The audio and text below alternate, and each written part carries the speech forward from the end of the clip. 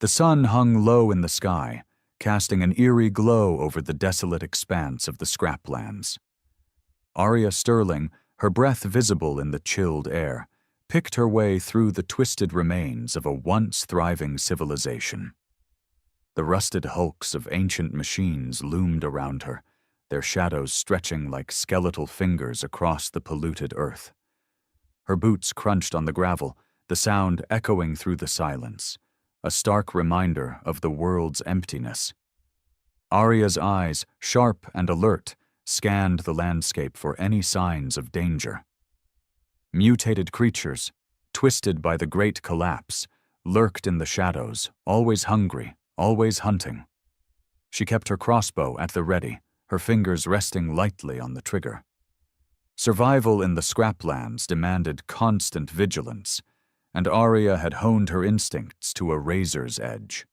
Her destination was a crumbling warehouse on the outskirts of the scraplands, a place rumored to hold valuable tech salvage.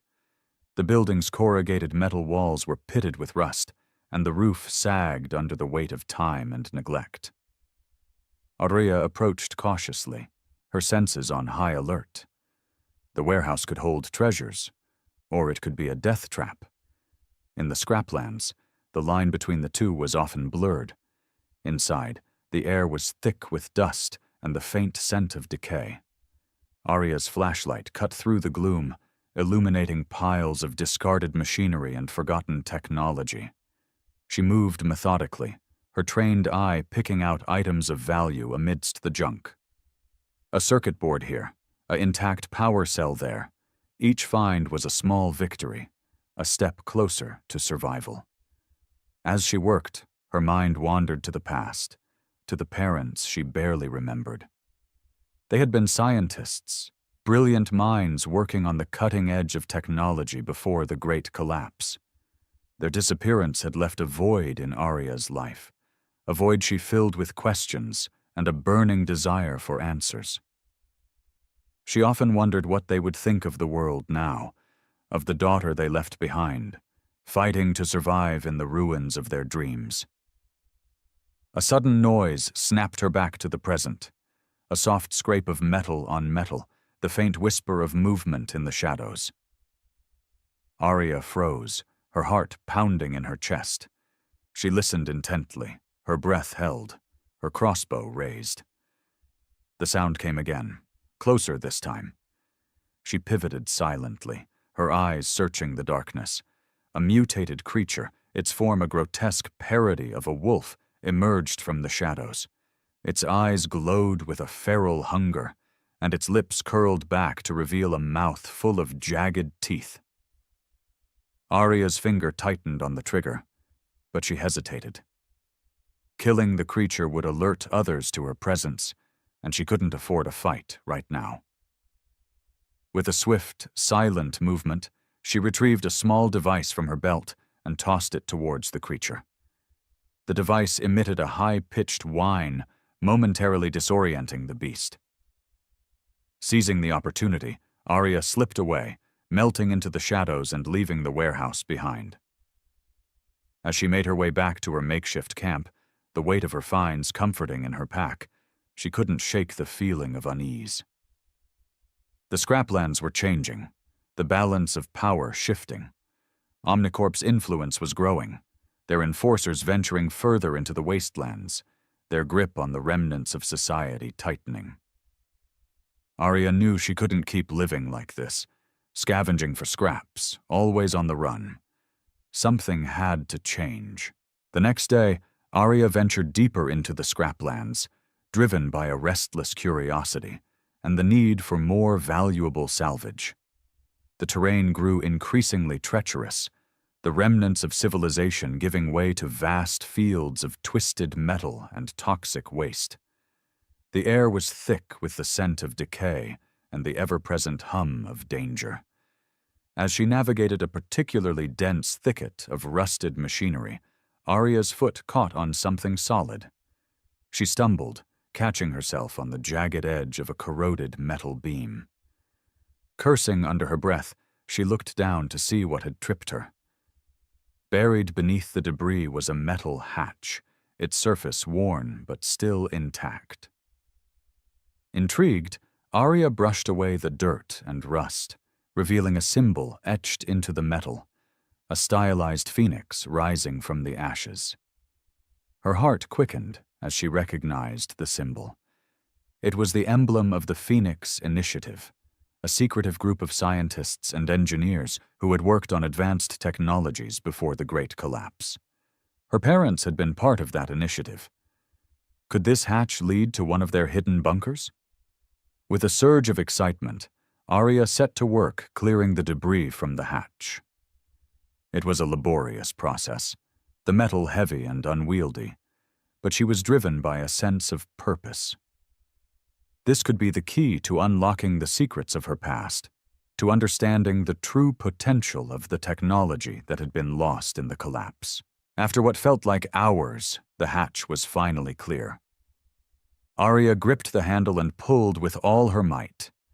The hatch creaked open, revealing a dark staircase leading down into the earth. The air that wafted up was stale but surprisingly clean, a stark contrast to the polluted atmosphere of the scraplands. Arya descended the stairs cautiously, her flashlight cutting through the darkness. The walls were lined with reinforced concrete, and the air grew cooler the deeper she went. At the bottom of the stairs, she found herself in a large chamber filled with rows of shelves laden with dusty equipment and forgotten technology. She moved through the chamber, her eyes wide with wonder. The technology here was unlike anything she had ever seen, sleek, advanced, and seemingly untouched by the passage of time. She ran her fingers over the smooth surfaces, marveling at the craftsmanship and the potential they held. In the center of the chamber stood a large, cylindrical device, its surface adorned with intricate patterns and glowing lights. Arya approached it, her heart pounding with anticipation. This was the artifact, the key to the Phoenix Initiative's most advanced technologies. She could feel its power, a hum of energy that resonated deep within her. As she reached out to touch the artifact, a sudden noise echoed through the chamber. The sound of footsteps, heavy and deliberate, coming from the stairs. Arya's heart leapt into her throat. Someone had followed her. She quickly hid behind a nearby shelf, her crossbow at the ready, her eyes fixed on the entrance. The footsteps grew louder, echoing ominously through the chamber. Arya held her breath, her heart pounding in her chest. She peered through a gap in the shelves, her eyes straining to see who had followed her into the bunker. A figure emerged from the shadows, clad in the distinctive armor of Omnicorp's enforcers. The sight sent a chill down Arya's spine. Omnicorp's presence here could only mean trouble. The enforcer scanned the chamber, his gaze lingering on the artifact before moving on to search the rest of the room. Arya watched him warily, her mind racing. She couldn't let him find her, but she also couldn't let him take the artifact. She had to act fast. As the enforcer turned his back to her, she silently emerged from her hiding spot, her crossbow raised.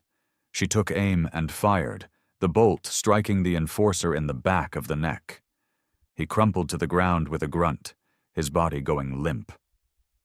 Relieved, Arya approached the fallen enforcer, her eyes scanning the chamber for any signs of more intruders. Satisfied that she was alone, she turned her attention back to the artifact. She reached out tentatively, her fingers brushing against the cool metal surface. A soft hum of energy pulsed through her, a sensation both exhilarating and slightly unsettling. She began to examine the artifact more closely, her eyes taking in the intricate patterns and glowing lights. It was clear that this device held immense power, but its purpose remained a mystery. She searched the nearby shelves, looking for any documents or data logs that might provide more information. After a few minutes of frantic searching, she found a dusty tablet tucked away in a corner. She wiped away the grime, revealing a sleek, advanced device unlike any she had seen before. She powered it on, her heart racing with anticipation. The screen flickered to life, displaying a series of files and documents related to the Phoenix Initiative. Arya scrolled through the files, her eyes scanning the text quickly. The artifact, she learned, was a prototype energy device capable of harnessing clean, renewable energy from the environment. It was the culmination of years of research and development by the Phoenix Initiative, a project aimed at creating a sustainable future for humanity. But there was more. Buried within the files were references to her parents, their names appearing again and again in connection with the artifact. They had been instrumental in its development, their brilliance and dedication driving the project forward. Arya's heart swelled with pride and a deep sense of loss. She had always known her parents were extraordinary, but seeing the extent of their achievements filled her with a newfound respect and determination. As she delved deeper into the files, she uncovered darker truths. Omnicorp had been aware of the Phoenix Initiative's work and had sought to control it for their own gain. Her parents had resisted, refusing to let their technology fall into the wrong hands. But their defiance had come at a cost. They had been betrayed, their work stolen, and their lives taken in the chaos of the Great Collapse. Arya's hands trembled as she read the final entries, the words blurring before her eyes. The truth was almost too much to bear, but it also filled her with a burning resolve. She would not let her parents' sacrifices be in vain. She would use the artifact to expose Omnicorp's crimes and free humanity from their tyranny. With newfound determination, Arya gathered the tablet and the artifact, tucking them safely into her pack. She knew she couldn't stay in the bunker any longer. Omnicorp would send more enforcers, and she needed to be ready. She had to find allies, form a plan, and strike back against the corporation that had taken so much from her.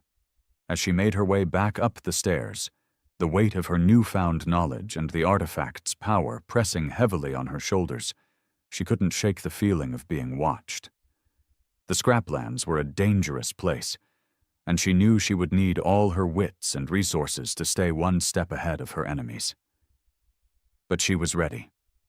For the first time in her life, she had a clear purpose, a mission that went beyond mere survival.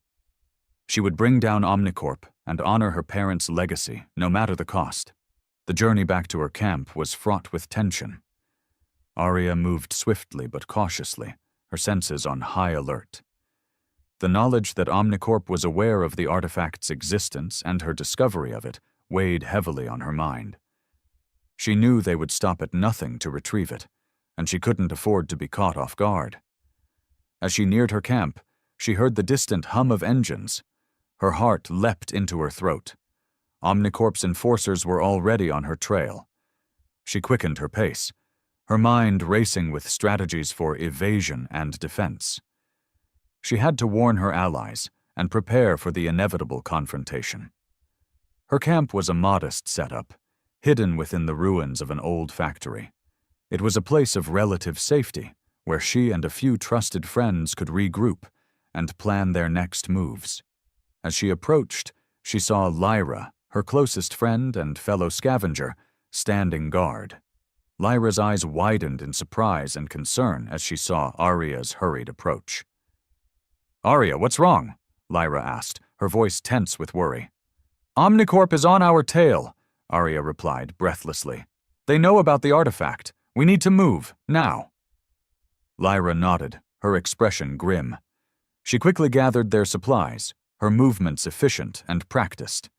Within minutes, they were ready to leave, their camp dismantled and their tracks covered. As they made their way through the scraplands, Arya filled Lyra in on her discovery and the danger they now faced. Lyra listened intently, her eyes widening in shock and awe as Arya described the artifact's power and the truth about her parents. "This changes everything," Lyra said, her voice filled with determination. We can't let Omnicorp get their hands on it. We have to fight back. Arya nodded in agreement. But we can't do it alone. We need to rally more supporters, form a resistance. Omnicorp's control is too strong for just the two of us to break. Lyra thought for a moment, her brow furrowed in concentration. I know a few people who might be willing to help. Scavengers, rebels, people who have lost everything to Omnicorp's greed. If we can convince them to join us, we might stand a chance. Arya felt a glimmer of hope. Let's do it. We'll start by reaching out to those we trust, build a network of allies. Omnicorp won't know what hit them. As they continued their journey, the hum of engines grew louder, a constant reminder of the danger they faced. They moved quickly but carefully, using their knowledge of the scraplands to stay hidden and evade their pursuers. The landscape was their ally, its twisted metal and polluted earth providing ample cover and opportunities for ambush. They encountered other scavengers along the way, people who had heard whispers of Arya's discovery and the trouble it had brought. Some offered their support, their eyes gleaming with the promise of revenge against Omnicorp. Others were more cautious, their fear of the corporation's power outweighing their desire for change. But Arya and Lyra were persistent, their passion and determination slowly winning over even the most skeptical. As they gathered more allies, Arya couldn't shake the feeling of being watched. Omnicorp's enforcers were relentless, their pursuit unyielding. She knew it was only a matter of time before they caught up to them, and she had to be ready. She had to protect the artifact and the hope it represented, no matter the cost. The days that followed were a blur of constant motion and strategic planning. Arya and Lyra moved from one hidden camp to another, rallying supporters and formulating a plan to strike back against Omnicorp. The artifact, safely tucked away in Arya's pack, was a beacon of hope and a constant reminder of the stakes they faced. One evening, as they huddled around a small fire in the ruins of an old warehouse, Arya and Lyra discussed their next moves. The flames cast flickering shadows on the crumbling walls, creating an eerie atmosphere that matched the tension in the air. We need to find a way to expose Omnicorp's crimes to the public, Arya said, her voice low but determined. If we can show the people of Neo-London the truth, they might rise up against the corporation. Lyra nodded in agreement. But how do we do that? Omnicorp controls all the media, all the information. Getting the truth out there won't be easy. Arya thought for a moment, her mind racing with possibilities. We need to hack into their broadcast system, override their signals. If we can broadcast the truth directly to the people, Omnicorp won't be able to stop it. Lyra's eyes widened in surprise. That's a huge risk, Arya. If we get caught, they'll kill us. Arya met her friend's gaze steadily. I know, but we can't let fear stop us. This is our chance to make a real difference, to honor the sacrifices of those who came before us. Lyra took a deep breath, her expression resolute. You're right. We have to try, but we'll need help. We can't do this alone. Arya nodded. I have a few people in mind. Scavengers, rebels, people who have the skills and the courage to pull this off. We need to reach out to them, convince them to join us. Over the next few days, Arya and Lyra traveled through the scraplands, seeking out those who shared their desire for change. They met with scavengers who had lost loved ones to Omnicorp's greed, rebels who had been fighting against the corporation for years, and even a few disillusioned citizens of Neo-London who had seen the dark side of the city's supposed utopia. One of their first recruits was a skilled hacker named Kale, a young man with a quick wit and an even quicker mind. He had been living on the fringes of society, using his talents to expose the corruption of those in power. When Arya and Lyra approached him with their plan, he agreed to help without hesitation. I've been waiting for a chance to strike back against Omnicorp, Kyle said, his eyes gleaming with excitement. This is it. This is our moment. With Kyle on board, Arya and Lyra continued to gather allies. They met with a group of rebels led by a charismatic figure named Marcus, a man who had dedicated his life to fighting against Omnicorp's tyranny. Marcus listened intently as Arya and Lyra outlined their plan, his expression thoughtful. "It's a bold move," Marcus said, his voice grave. "But it's exactly the kind of action we need to take if we want to make a real difference. I'm in." As more allies joined their cause, Arya and Lyra began to formulate a detailed plan. They would infiltrate Omnicorp's headquarters in Neo-London, hack into their broadcast system, and expose the corporation's crimes to the public. It was a dangerous mission, fraught with risks and uncertainties, but they were determined to see it through. The days leading up to the infiltration were filled with intense preparation. Arya and Lyra worked closely with Kale and Marcus, coordinating their efforts and ensuring that every detail was accounted for. They studied maps of Omnicorp's headquarters, memorized security protocols, and practiced their hacking skills until they were confident in their abilities. As the day of the infiltration approached, Arya couldn't shake the feeling of anticipation and dread that churned in her stomach. She knew that this mission was their best chance to expose Omnicorp's crimes and free humanity from their tyranny, but she also knew that the risks were immense. If they failed, the consequences would be dire. But she was ready. She had come too far, sacrificed too much to turn back now. With the artifact's power and the support of her allies, she would face whatever challenges lay ahead. She would honor her parents' legacy and fight for a better future, no matter the cost. The night of the infiltration was dark and stormy, the sky churning with thunderclouds that mirrored the tension in the air. Arya, Lyra, Kyle, Marcus, and a handful of other rebels gathered in the shadows of an abandoned warehouse on the outskirts of Neo-London, their hearts pounding with a mix of excitement and fear. Arya checked her gear one last time, her fingers tracing the outline of the artifact tucked safely in her pack. She looked around at her companions, their faces etched with determination and resolve. They were ready. They had to be. "All right, everyone knows the plan," Arya said, her voice steady despite the butterflies in her stomach. "We stick to the shadows, avoid detection, and make our way to the broadcast center. Kyle will handle the hacking, and the rest of us will provide cover and support." The group nodded in unison, their expressions grim but focused. They had trained for this moment, prepared for every eventuality. Now it was time to put their plan into action.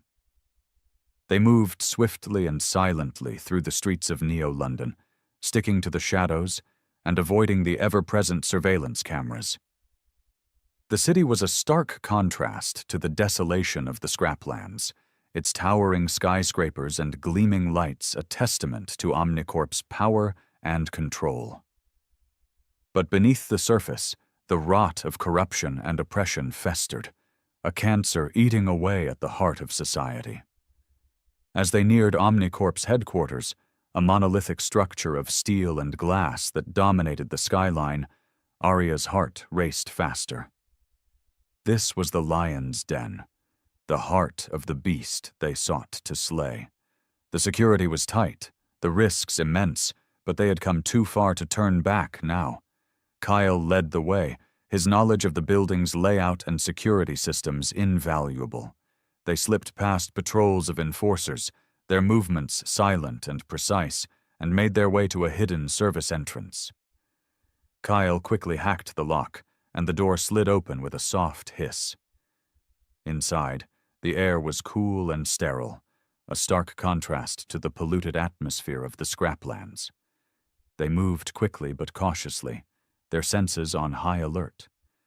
The corridors were a labyrinth of steel and glass, the hum of machinery, and the distant murmur of voices a constant reminder of the danger they faced.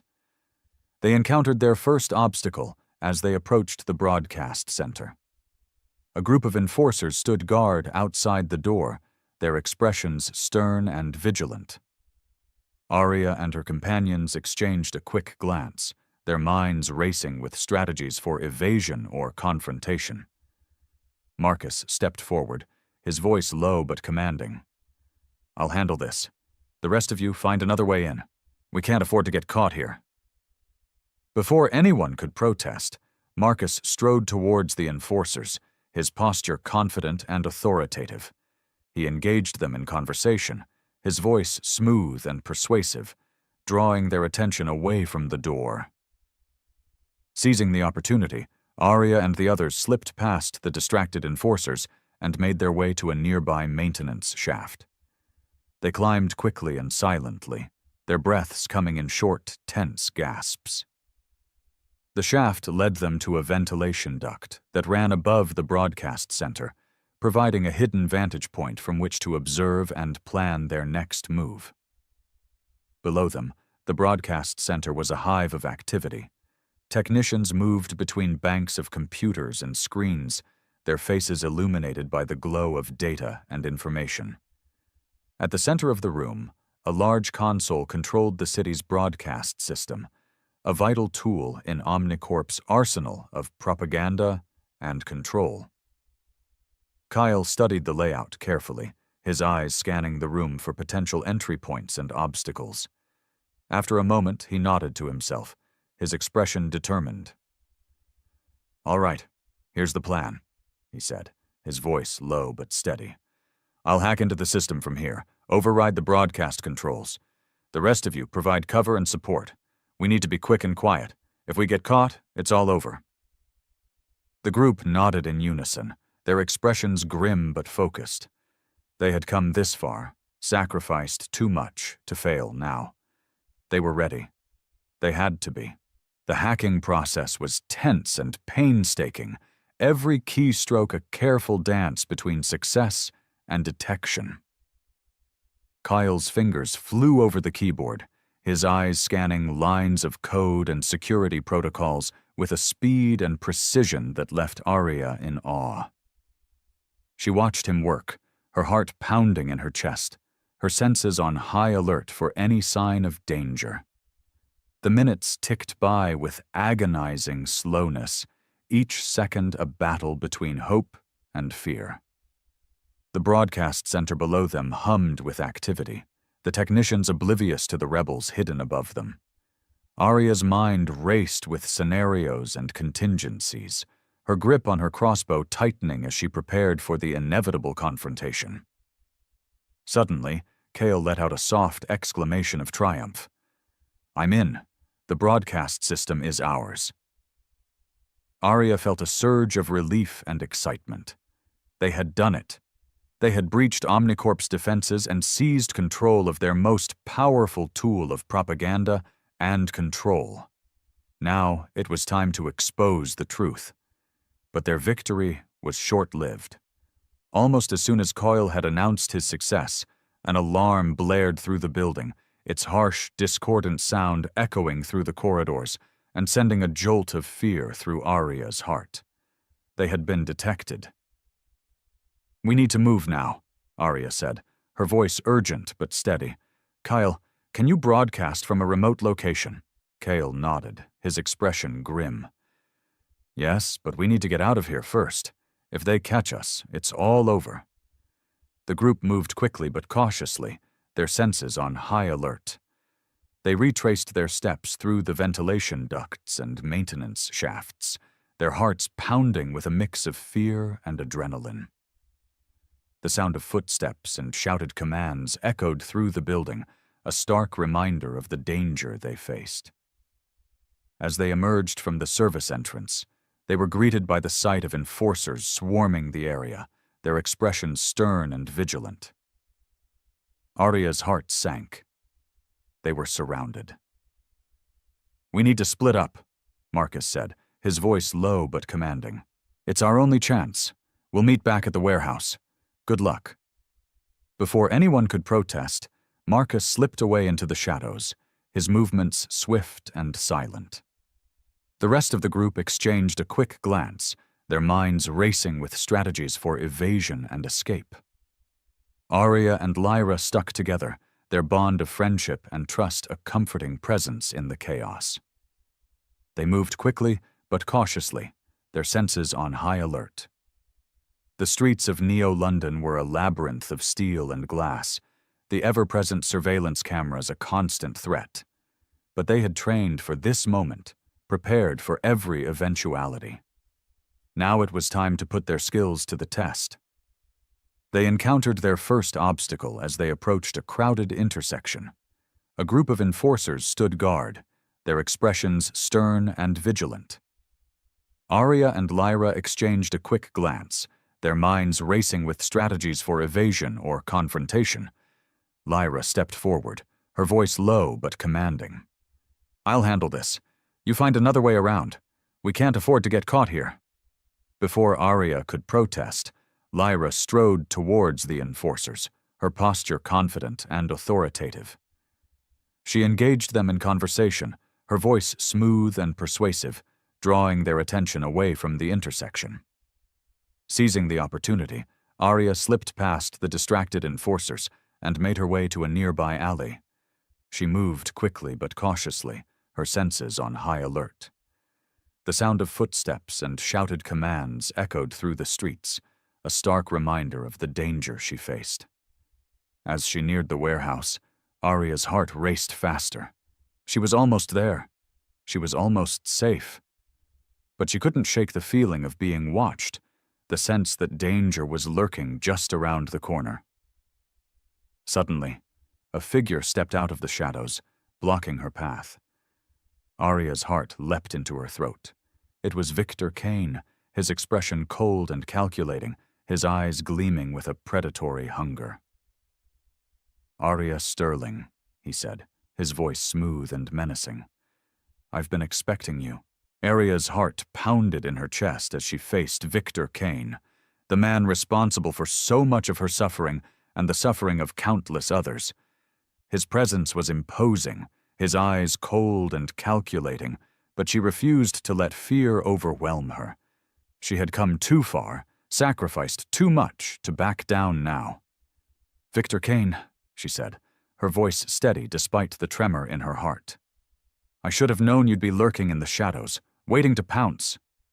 Victor's lips curled into a smirk, his expression one of amusement and contempt.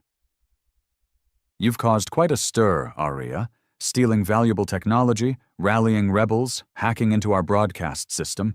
You've been a very busy girl." Arya met his gaze steadily, her chin lifted in defiance. "And you've been a very busy tyrant, Victor, exploiting the people of Neo-London, controlling their lives, their thoughts, their very existence.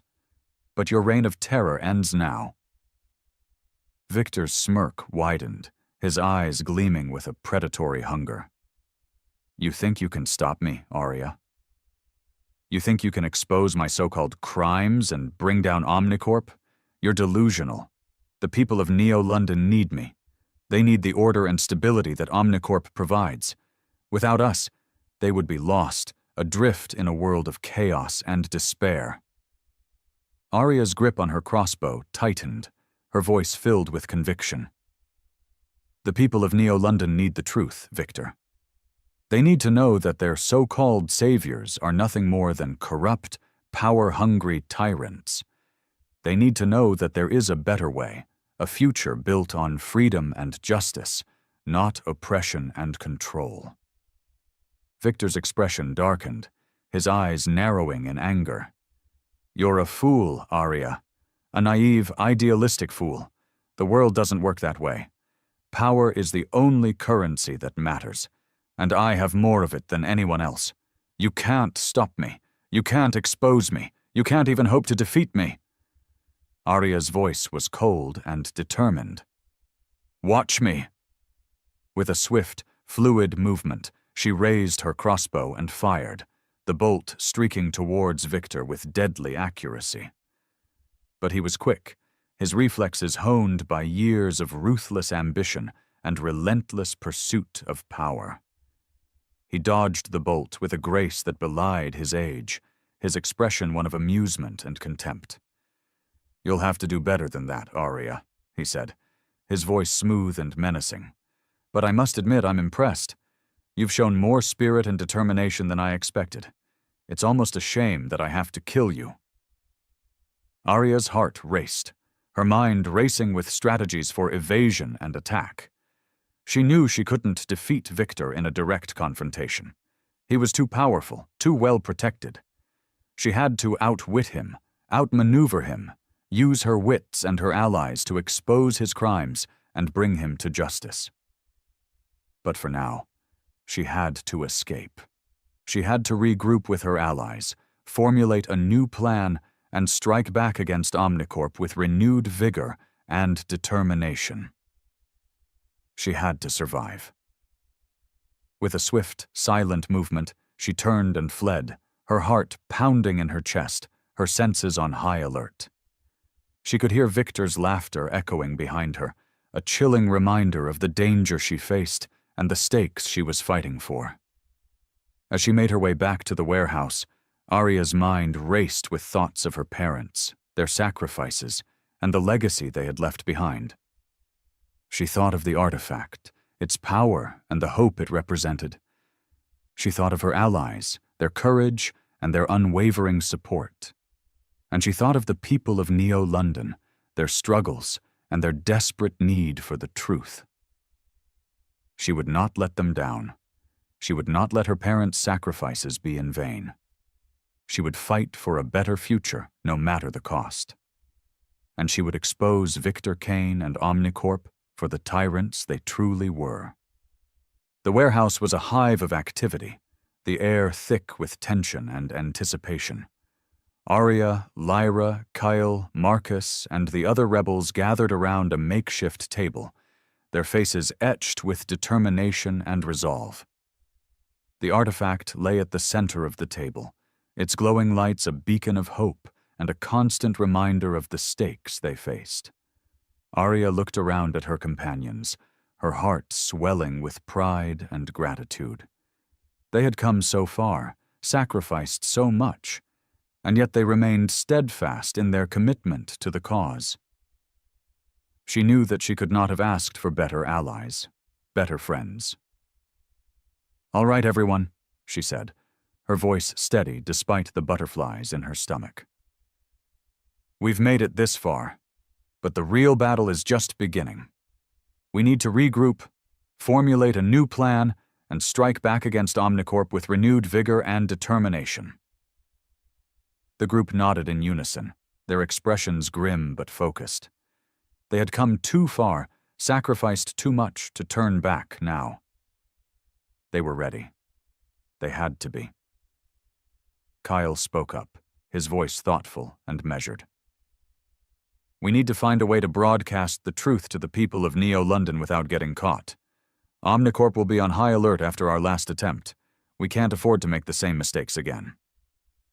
Marcus nodded in agreement. "We need to be smarter, more strategic. We need to hit them where it hurts, expose their weaknesses, and exploit their vulnerabilities. We need to turn the tables on them, make them the hunted instead of the hunters." Lyra's eyes gleamed with a fierce determination. "We need to rally more supporters, build a larger resistance. The more people we have on our side, the stronger we'll be. We can't do this alone. We need an army." Arya felt a surge of excitement and resolve. Her allies were right. They needed to be smarter, more strategic.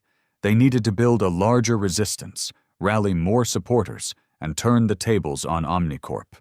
They needed to expose the truth and bring down the tyrants who sought to control and oppress them. "All right," she said, her voice filled with conviction. "Here's the plan. Kyle, you work on finding a way to broadcast the truth without getting caught. Use your hacking skills, your knowledge of Omnicorp's systems, and your ingenuity to outwit them and outmaneuver them." Kyle nodded, his expression determined. "I'll do my best, Arya. I won't let you down." Arya turned to Marcus. "Marcus, you work on finding Omnicorp's weaknesses, their vulnerabilities. Use your knowledge of their operations, your contacts within the city, and your strategic mind to turn the tables on them. Make them the hunted instead of the hunters. Marcus's eyes gleamed with a predatory hunger. Consider it done, Arya. I'll make them regret ever crossing us. Finally, Arya turned to Lyra. Lyra, you work on rallying more supporters, building a larger resistance. Use your charisma, your passion, and your unwavering belief in our cause to inspire others to join us. We need an army, and you're the one to build it. Lyra's expression was fierce and determined. I won't let you down, Arya. I'll build an army that will bring Omnicorp to its knees. As the group dispersed to carry out their respective tasks, Arya couldn't shake the feeling of anticipation and excitement that churned in her stomach. They were on the cusp of something monumental, something that could change the course of history and the fate of humanity. They were on the cusp of exposing the truth and bringing down the tyrants who sought to control and oppress them. But she also knew that the road ahead would be fraught with danger and uncertainty.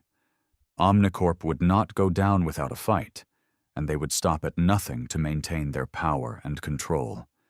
Arya and her allies would have to be smarter, more strategic, and more determined than ever before. They would have to outwit their enemies, outmaneuver their obstacles, and overcome their fears. But they were ready. They had come too far, sacrificed too much to turn back now. They were ready to fight for a better future, no matter the cost. And they were ready to expose the truth and bring down the tyrants who sought to control and oppress them. The days that followed were a blur of intense preparation and strategic planning. Arya, Lyra, Kyle, Marcus, and the other rebels worked tirelessly, their minds and bodies pushed to the limits as they formulated their plan and gathered their resources. The warehouse was a hive of activity, the air thick with tension and anticipation. Coyle spent countless hours poring over lines of code and security protocols, his fingers flying over the keyboard with a speed and precision that left Arya in awe. He was determined to find a way to broadcast the truth to the people of Neo-London without getting caught, and he was leaving no stone unturned in his quest. Marcus, meanwhile, was hard at work finding Omnicorp's weaknesses and vulnerabilities. He pored over maps and blueprints, studied surveillance footage, and consulted with his contacts within the city. He was a master strategist, his mind a labyrinth of plans and contingencies, and he was determined to turn the tables on their enemies. Lyra was a whirlwind of energy and charisma, her passion and unwavering belief in their cause inspiring others to join them. She traveled through the scraplands and the streets of Neo-London, rallying supporters and building a larger resistance. Her words were like a spark, igniting a fire of rebellion and hope in the hearts of those who listened. Arya worked alongside her allies, her mind racing with thoughts of the artifact, her parents, and the legacy they had left behind. She thought of the people of Neo-London, their struggles, and their desperate need for the truth. She thought of the future, a future built on freedom and justice, not oppression and control. And she thought of the battle that lay ahead, the battle that would determine the fate of humanity. As the day of the final confrontation approached, Arya's heart raced with a mix of excitement and fear. They were as prepared as they could be, their plan meticulously crafted, their resources carefully gathered. But they were also acutely aware of the risks they faced, the dangers that lay ahead. Omnicorp would not go down without a fight, and they would stop at nothing to maintain their power and control. But Arya and her allies were ready. They had come too far, sacrificed too much to turn back now. They were ready to fight for a better future, no matter the cost. And they were ready to expose the truth and bring down the tyrants who sought to control and oppress them. The day of the final battle was tense and fraught with anticipation. Arya, Lyra, Kyle, Marcus, and the other rebels gathered around a makeshift table in the warehouse, their hearts pounding with a mix of excitement and fear. The artifact lay at the center of the table, its glowing lights a beacon of hope and a constant reminder of the stakes they faced. Kyle took a deep breath, his expression determined. "All right, everyone. This is it. This is our moment. We've come too far, sacrificed too much to fail now. We have to succeed. We have to expose the truth and bring down Omnicorp." The group nodded in unison, their expressions grim but focused. They had come too far, sacrificed too much to turn back now. They were ready. They had to be. Arya looked around at her companions, her heart swelling with pride and gratitude. She knew that she could not have asked for better allies, better friends. They had stood by her side through thick and thin, their unwavering support and determination a constant source of strength and inspiration. "All right, Kyle," she said, her voice steady despite the butterflies in her stomach. "Let's do this. Let's expose the truth and bring down Omnicorp." Kyle nodded, his expression determined. He took a deep breath and began the broadcast, his fingers flying over the keyboard with a speed and precision that left Arya in awe. The air was thick with tension and anticipation, the seconds ticking by with agonizing slowness. The days that followed the final battle were a time of healing and rebuilding. The people of Neo-London, inspired by the truth they had seen and heard, rose up against Omnicorp, their voices united in a call for freedom and justice. The city was a hive of activity, the air thick with hope and determination. Arya, Lyra, Kyle, Marcus, and the other rebels worked tirelessly, their minds and bodies pushed to the limits as they helped to rebuild a better future. They worked alongside the people of Neo-London, their unwavering support and determination a constant source of strength and inspiration. The artifact, with its immense power and potential, was used to harness clean, renewable energy from the environment. The technology was shared freely, its benefits available to all. The scraplands began to recover, the polluted earth slowly healing as new cities were built on the principles of freedom and sustainability. Arya looked around at her companions, her heart swelling with pride and gratitude. They had come so far, sacrificed so much, and yet they remained steadfast in their commitment to the cause. She knew that she could not have asked for better allies, better friends. "We've done it," she said, her voice filled with emotion. "We've exposed the truth, brought down Omnicorp, and inspired a better future. I couldn't have done it without you. Thank you, all of you." The group nodded in unison, their expressions a mix of joy and relief. They had come too far, sacrificed too much to turn back now. They were ready. They had to be. Lyra spoke up, her voice filled with determination. "This is just the beginning, Arya. We have a lot of work to do, a lot of lives to change, but together we can do it. Together we can build a better future." Arya nodded, her expression determined. "You're right, Lyra. This is just the beginning. But together we can overcome any obstacle, any challenge, any enemy that stands in our way. Together we can fight for a better future, no matter the cost. And together, we can win." As the group dispersed to continue their work, Arya couldn't shake the feeling of anticipation and excitement that churned in her stomach. They were on the cusp of something monumental, something that could change the course of history and the fate of humanity. They were on the cusp of building a better future, a future built on freedom and justice, not oppression and control. And as she looked around at her companions, her heart swelled with pride and gratitude.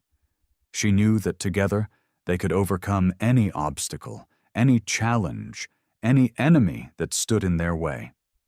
Together they could fight for a better future, no matter the cost. And together, they could win. The space station Vega's rest was a crumbling relic of a lawless age. Suspended in the void between dying stars, Its metal husk was a patchwork of scavenged ship hulls, rusted bulkheads, and flickering neon. Here, fortunes were made and lives were lost in the same breath. It was a place where secrets could be bought and men could vanish without a trace. Captain Alara Voss had learned long ago to keep one hand on her blaster and the other on the exit. Wrapped in a tattered, dust-colored cloak, she wove through the crowded bazaar, past cybernetic traders and off-world smugglers hawking stolen Dominion tech.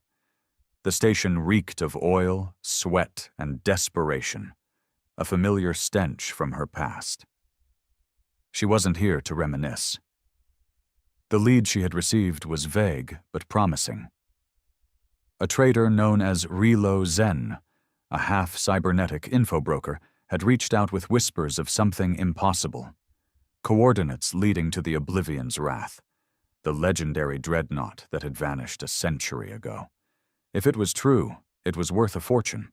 If it was a trap, she was already dead. Alara spotted Relo in a dimly lit cantina, tucked beneath a network of fuel lines. He was hunched over a data pad, the metallic plating of his augmented skull reflecting the soft red glow of the bar's lights. "Captain Voss," Relo rasped, his mechanical eye whirring as it scanned her. "I wasn't sure you'd come."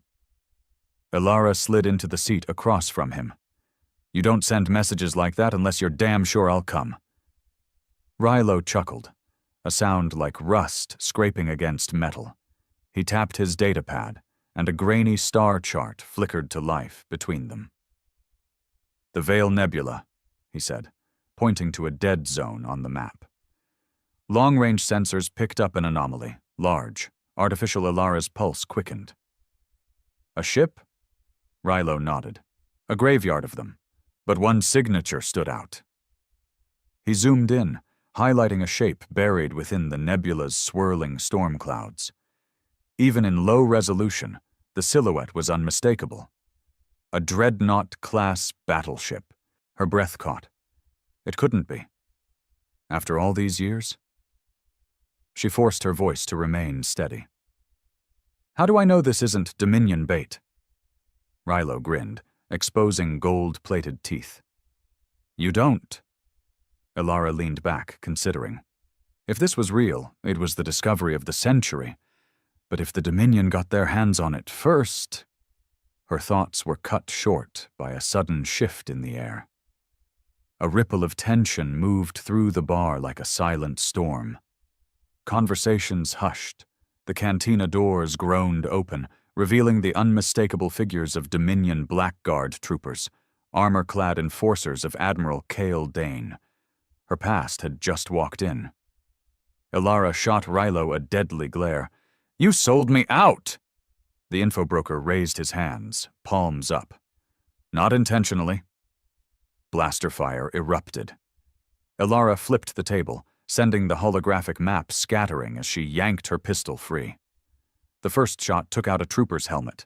The second sent another crashing through a neon sign. The cantina exploded into chaos. Patrons diving for cover, drinks shattering, alarms blaring. She darted toward the exit, firing over her shoulder. Relo scrambled in the opposite direction, clutching his datapad to his chest. The Dominion was here. That meant Admiral Cale Dane knew about the dreadnought, too. Alara cursed under her breath as she sprinted through the winding corridors of Vega's Rest, her mind racing. She needed to get off this station. She needed a crew. And most importantly, she needed to get to the Oblivion's wrath before Diane did. The Starfire, Alara's aging but reliable freighter, tore away from Vega's Rest just as Dominion patrol ships swarmed the station like hornets. The ship's engines roared as it punched through the debris-littered outskirts, diving into the darkness of space. Alara slammed her fist against the cockpit console. Damn it! She hadn't expected the Dominion to catch wind of the dreadnought so soon. If Cale Dane was already mobilizing forces, she was running out of time. She needed a crew, and fast.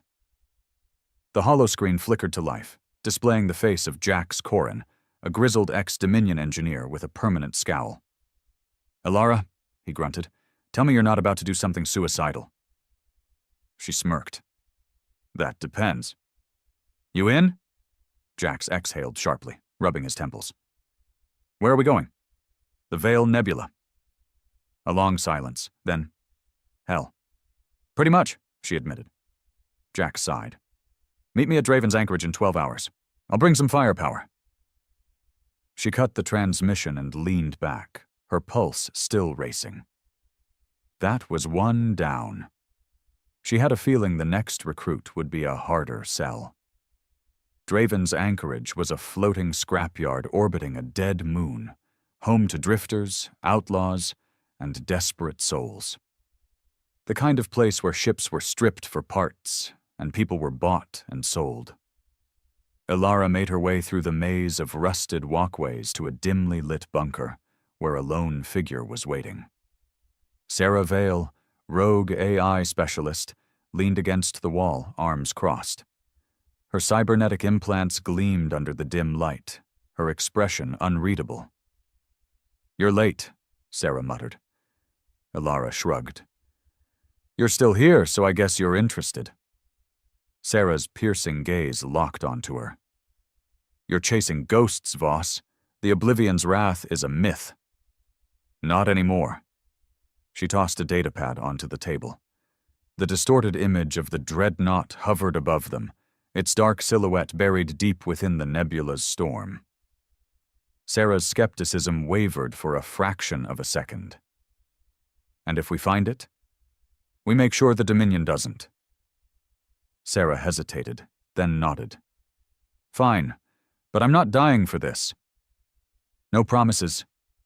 Alara grinned. 2 down, 1 more to go. With her crew assembled, the Starfire burned through space, heading toward the Veil Nebula. The deeper they ventured, the more the stars faded behind thick clouds of gas and ion storms. Then, through the haze, a faint signal crackled over the comms.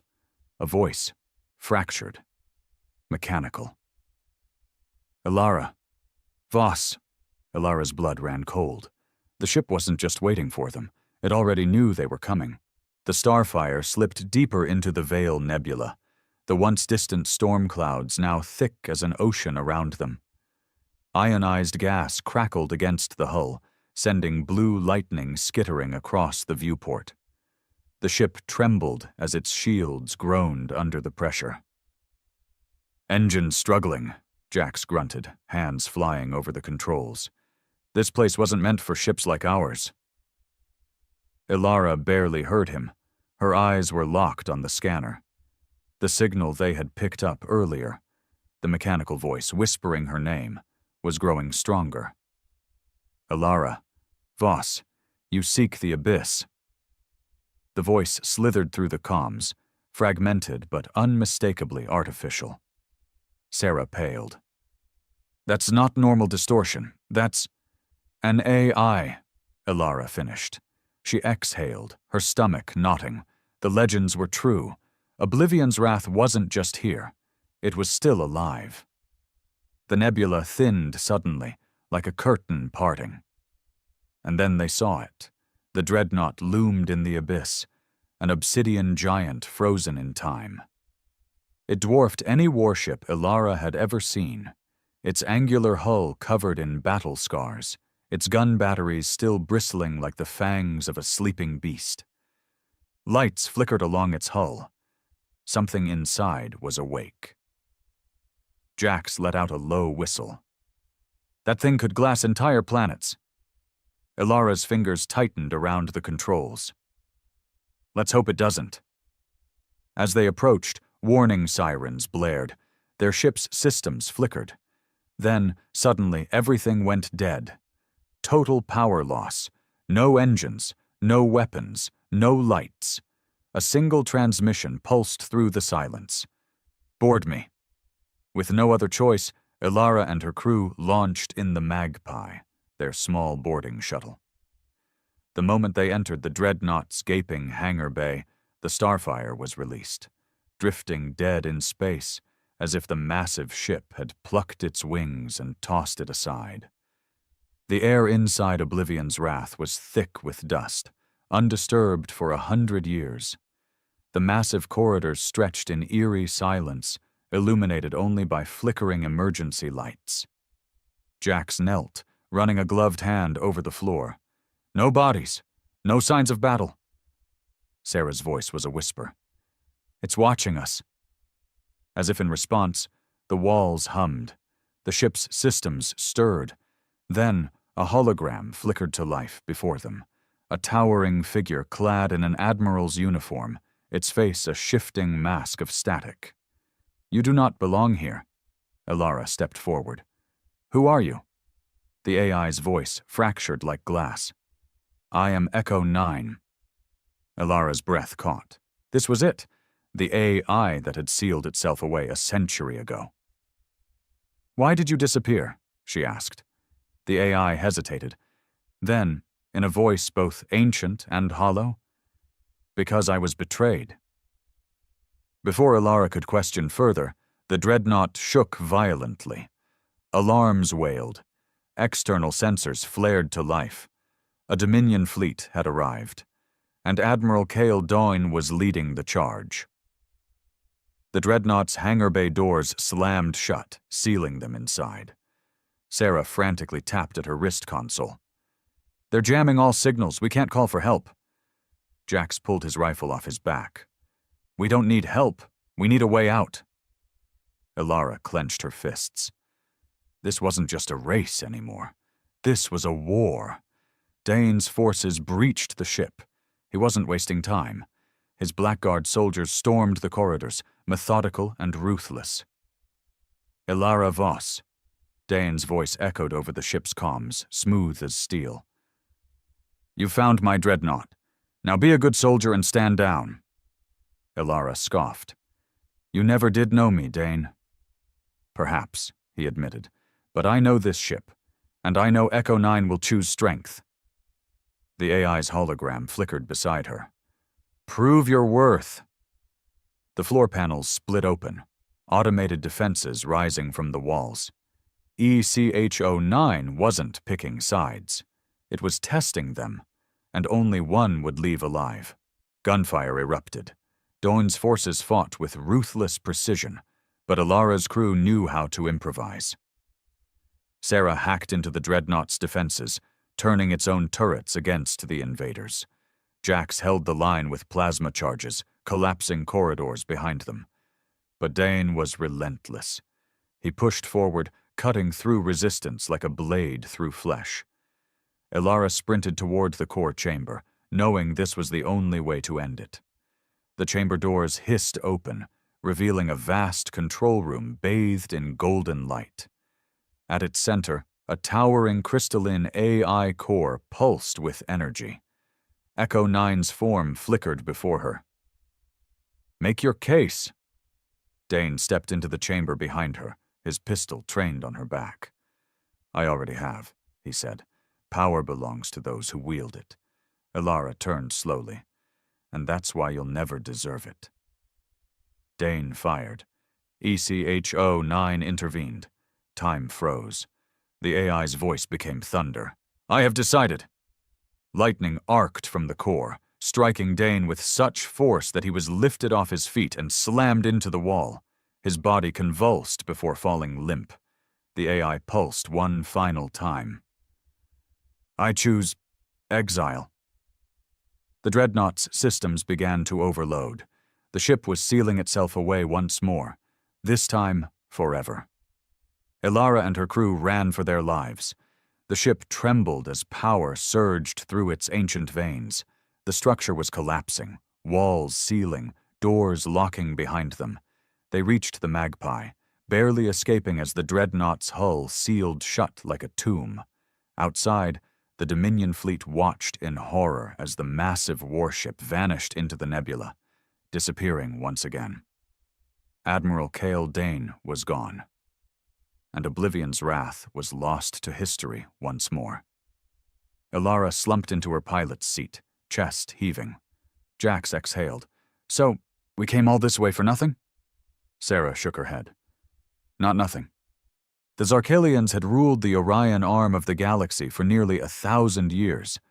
Their empire stretched across thousands of star systems. Their fleets patrolled every known hyperspace lane, and their warriors had crushed any species that dared to resist their rule. They had fought wars against insectoid hive minds, battled silicon-based war machines, and even wiped out an entire race of sentient gas clouds. And yet, through all their conquests, they had never once known fear. That changed when the human warship arrived. It was not a fleet, not an armada, not even a battle group. It was one ship, one lone vessel that emerged from the darkness of space, its hull black as the void itself. It bore no markings of an empire, no insignia of a ruling council. It carried only a single name in a language most of the galaxy could not read: vengeance. The Zarkalians laughed when they first saw it. They had seen countless primitive species try to resist them before, and they had crushed them all with ease. But something about this ship was different. It did not run. It did not broadcast surrender, and it did not beg for mercy. It simply waited. The Zarkalian admiral, Kylos Var, watched from the bridge of his command, Dreadnought, the Imperium's wrath. He was a veteran of 100 campaigns, a warrior who had seen entire planets burn. He found it almost amusing that this lone ship thought it could stand against the might of the Zarkalian Empire. "Send a warning shot," he ordered lazily. A pulse of plasma fire streaked across the void, a brilliant arc of destruction meant to scare the foolish humans into submission. It missed the Vengeance by mere kilometers, but the ship did not so much as flinch. Then, without warning, it moved. The ship accelerated faster than any vessel the Zarkalians had ever seen. It did not follow known flight patterns, did not adhere to the predictable physics of space combat. It zigzagged through the void, twisting and turning with impossible agility. The Dreadnought's tracking systems struggled to lock on, its gunners cursing in frustration. "Impossible," Var muttered under his breath, and then the Vengeance opened fire. There was no energy buildup, no slow charging of weapons, no visible torpedoes or plasma bolts. One moment the Zarkalian fleet was whole, and the next, half of it was gone. Ships shattered like glass, their hulls torn apart by unseen forces. Explosions rippled through the void, and the admiral could hear the panicked screams of his officers as the destruction unfolded.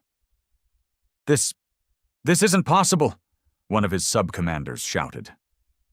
It wasn't just the raw firepower that terrified them. It was the precision. The human warship did not fire blindly, did not unleash chaotic devastation. Every shot was surgical, every blast targeted. It was as if the ship knew exactly where to hit, exactly how to cripple their most powerful vessels. The Zarkalians had fought hundreds of wars. They had faced foes with superior numbers, advanced technology, and deadly weapons. But never before had they faced an enemy who did not fight with rage or desperation. The humans fought like predators. Cold, calculated, efficient. Var clenched his mandibles. "Open a channel! Demand their surrender!" But before his transmission could even go through, the Vengeance spoke first. A single message, broadcast across all frequencies. "We are here for justice. Surrender now or be erased." And for the first time in 1,000 years, the Zarkalian Empire felt fear. Admiral Kylos Var's mandibles clicked anxiously. Fear was an emotion unfamiliar to him, unwelcome in his mind, yet it slithered through his chest like a parasite. The human warship hung in the void, motionless once more, as if waiting, no, daring them to make a move. How is this possible?" one of his bridge officers stammered, his scaled hands trembling over his console. "One ship? Against an entire fleet?" Var snarled. "It's a trick. Some kind of advanced weapon stolen from another race. The humans don't have this kind of power." He wasn't sure if he was trying to convince his crew or himself. The bridge was filled with chaos, officers shouting over one another, status reports flooding in. Half their fleet was destroyed in under a minute. Half. Entire battles had been fought and won with fewer casualties, and yet the human warship had not taken a single hit. Var slammed his fist against his command console. "All remaining ships form a defensive line. Focus all weapons on that vessel. I don't care what it takes. Destroy it." The Zarkelian ships obeyed. Plasma cannons, disruptor torpedoes, ion lances, all of them turned their wrath toward the vengeance. The void lit up with the firepower of an empire, energy scorching across the blackness of space, converging upon the lone human warship. For a moment, Var allowed himself to believe it was over. Then the vengeance moved again. Not away, not to evade, forward. Straight through the storm of fire as if it were nothing. Weapons meant to tear through the hulls of dreadnoughts simply vanished upon impact. Shields that should have been overwhelmed held firm, shimmering with an eerie, almost unnatural glow. The ship cut through their fleet like a shadow in the dark, untouched, unscathed, unstoppable. The bridge of the Imperium's wrath erupted in horror. Officers shouted in disbelief. Some abandoned their stations, as if fleeing would save them. "Impossible!" Var roared, gripping the edges of his command chair. His mind raced. This had to be a trick, a deception, some kind of illusion. Then the human ship fired again. This time it did not simply destroy, it disassembled. A Zarkelian battlecruiser, the Vorlak's Pride, crumbled in an instant. Not an explosion, not a detonation. The ship unraveled, its armor peeling away, its weapons melting into dust, its crew vanishing as if they had never existed. Var's heart pounded in his chest. No known weapon in the galaxy could do this. Not even the most advanced doomsday devices had the power to erase a ship so cleanly, so effortlessly. "This is your last warning," the human voice echoed through the comms, cold and absolute. "Surrender." Var clenched his fists. The Zarkelian Empire had conquered thousands of worlds. They had razed civilizations, enslaved species, crushed rebellions without mercy. They had never surrendered. And yet, his eyes darted to the destruction outside. The human ship did not negotiate. It did not ask for peace. It did not waver. For the first time in his life, Admiral Kalos Var felt truly, completely powerless. And for the first time in the history of the Zarkelian Empire, a commander spoke the words his kind had never spoken before. "We surrender." A suffocating silence fell over the bridge of the Imperium's wrath. The words had left Admiral Kalos Var's mouth, but they felt foreign, unnatural. The Zarkelian Empire had never surrendered. Never. And yet, as the human warship Vengeance loomed before them, as his once mighty fleet lay in ruins, there was no other choice. His officers stared at him in shock, some with wide, disbelieving eyes, others with barely contained rage. A few even reached for their weapons, as if the very idea of surrender was more intolerable than death. Var ignored them. His pride, his honor, none of it mattered anymore. Survival did. A moment passed, then another. The Vengeance did not reply. The silence stretched so long that Var began to wonder if the humans had even heard his words. He opened his mandibles to speak again, to repeat the surrender, when the human ship finally responded. Acknowledged. One word, simple, unfeeling. A brief pulse of energy rippled from the Vengeance, washing over the remaining Zarkelian ships. Systems flickered, weapons shut down, shields powered off. A soft hum resonated through the bridge of the Imperium's wrath, like a great beast exhaling after a long hunt. The humans had disabled them. Var felt a strange mixture of relief and humiliation settle in his chest. They could have finished the job. They could have erased every last one of them from existence, just as they had done to the Vorlak's pride. Instead, they had accepted his surrender. He should have been grateful. So why did it feel like something far worse was coming? A new voice crackled over the comms. This time, it was not the cold, mechanical broadcast from before. It was something else. Something alive. "Admiral Kalos Var," the voice said, smooth and precise. A human voice, male, unhurried, yet carrying the weight of something ancient and deliberate. "You have fought well. But your empire is finished." Var swallowed thickly. "The Zarkelian Empire is vast. This is but one fleet." "No," the voice countered. "It was your best fleet, your strongest commanders, your most advanced warships." The human let the words settle before delivering the killing blow. "And we just destroyed them with one ship." Var felt his stomach churn. He knew it was true, but hearing the enemy say it, calmly, factually, made it undeniable. "You think your empire will recover?" the voice continued. "It will not. As we speak, your homeworld is being surrounded. Your supply lines are being severed. Your colonies are being burned." A chill ran through Var's bones. Impossible. No species could move that fast. "You misunderstand." A pause. "We have already been here." Var's breath hitched. His claws gripped the armrest of his chair. "You are only learning now what has already been decided." For the first time in his life, Admiral Kalos Var understood what it meant to lose. And the worst part?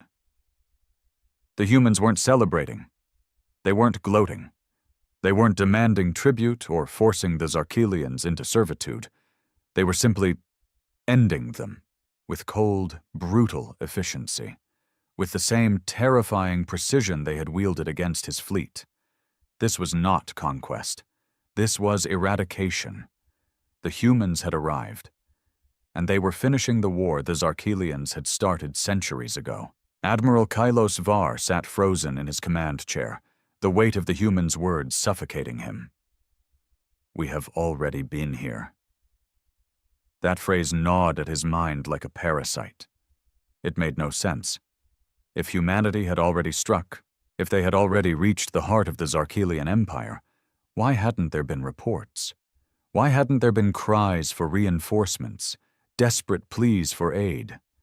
The homeworld, the throne world of the Grand Dominion, had the strongest defenses in the entire empire. And yet, the human spoke with absolute certainty. The bridge of the Imperium's wrath was silent. His crew stared at him, waiting for orders. He could see the silent battle in their eyes, the same question whispered through the air. What now? Var opened his mandibles to speak when the main view screen flickered to life. His blood turned to ice. The screen did not show the stars, nor the ruined wreckage of his once mighty fleet. Instead, it displayed Zarkelia Prime, the capital of their empire, the jewel of their dominion. And it was burning. The towering citadels of the High Caste were in ruins, great pillars of smoke rising into the atmosphere like funeral pyres. The defensive orbital stations were nothing more than twisted debris. The once bustling cities teeming with trillions of Zarkelians were eerily silent. It was a graveyard. Var's mandibles quivered. "No," he whispered, barely able to force the word out. "It is already over." The human's voice returned, unrelenting, undeniable. "This was not an invasion. This was not a war. This was justice." Var's claws dug into his chair. His heart pounded, his mind scrambling for something, anything, to explain what he was seeing. The humans had always been a minor species. They had been nothing. A fledgling race barely stepping into the stars. The Zarkelians had barely considered them worth the effort of subjugation. And yet, here they were. tearing down a 1,000-year empire as if it were nothing. The screen shifted, and Var felt his stomach drop further. The throne of the Grand Dominion, the Hall of Conquerors, the most sacred place in the entire empire, where the supreme autarch ruled over all. The hall was in ruins. The golden banners of Zarkalian supremacy were shredded, trampled in the dust. And in the center of the throne room, a single figure stood. A human, clad in black armor, the visor of their helmet reflecting the firelight. They held something in their hand. Var squinted. It was a severed head. The supreme autarch, the ruler of the Zarkalian Empire, dead. The human warrior raised the severed head high, turning it toward the cameras broadcasting across the empire. And then they dropped it.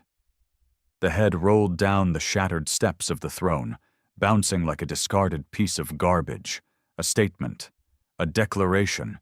The Zarkalian Empire was no more. Var's claws trembled.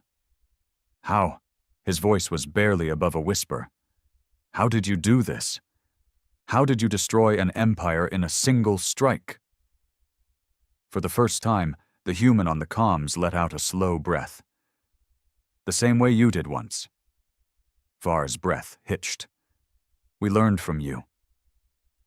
The realization hit him like a plasma blast. The humans had been watching, studying, learning.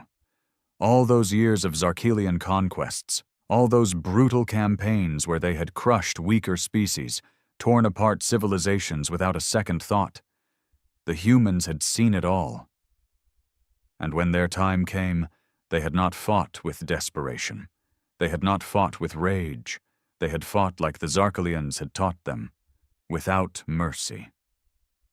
Your people will not suffer as ours did, the human said, because there will be no one left to suffer. Var's breath caught in his throat. The screen flickered again. He saw Zarkalian warships plummeting from the skies, their burning wrecks crashing into the cities below. He saw entire military districts being wiped clean by orbital bombardments. He saw escape shuttles, desperately trying to flee, being obliterated one by one. We were weak once, the human continued. You made us strong. Now we make sure you never harm anyone again. A deep hum filled the bridge of the Imperium's wrath. The Vengeance was powering its weapons.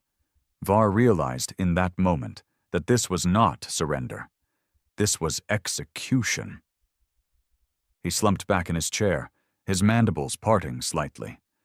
There was no rage, no defiance, just cold, sinking acceptance. This was how it ended. The Zarkalian Empire had never feared war until the humans brought it to their doorstep. And now, there was nothing left.